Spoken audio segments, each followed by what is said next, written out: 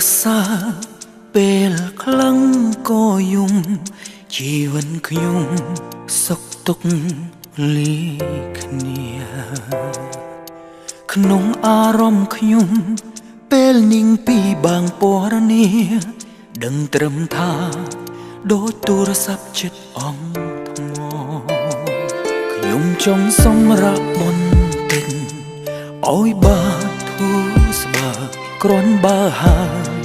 នឹងដើរទៅមុខបន្តនៅក្នុងពេលនេះខ្ញុំត្រូវការនាងកុំដហើយចិត្តល្អឲ្យខ្ញុំពឹងផ្អែកស្មើមានអារម្មណ៍ថាហត់ខ្លាំងត្រូវការកម្លាំងចិត្តពេលជីវិតជួបទុក្ខជួបបញ្ហាតើមានមនុស្សប៉ុន្មាននឹងស្ម័គ្រក្បែរខ្ញុំពេលសោកាហើយប្រាប់ថាក្រោកឡើងកុំអន់សង្ឃឹម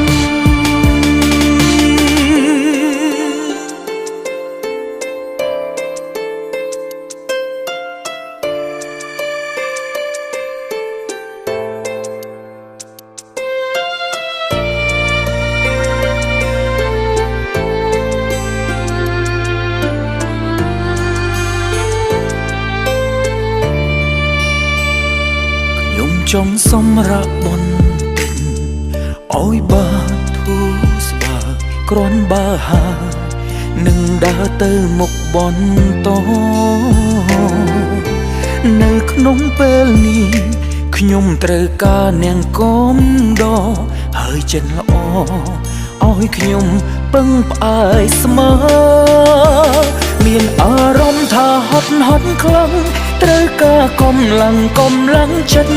ពេលជីវិតជួបទុក្ខជួបបញ្ហាតើមានមនុស្សប៉ុន្មាននឹងស្ម័គ្រក្បែរខ្ញុំពេលសោកាហើយប្រាប់ថាក្រោកឡើងកុំអន់សង្ឃឹមត្រូវការនាងលើកទឹកចិត្តយ៉ាងយល់ចិត្តយ៉ាងយល់អារម្មណ៍នៅក្បែរខ្ញុំលួងលោមផ្ដល់ភៀមកងក្តៅអាចធ្វើឲ្យខ្ញុំសាពេលដែលខ្ញុំសោកសៅមិនទុកឲ្យខ្ញុំនៅម្នាក់ឯង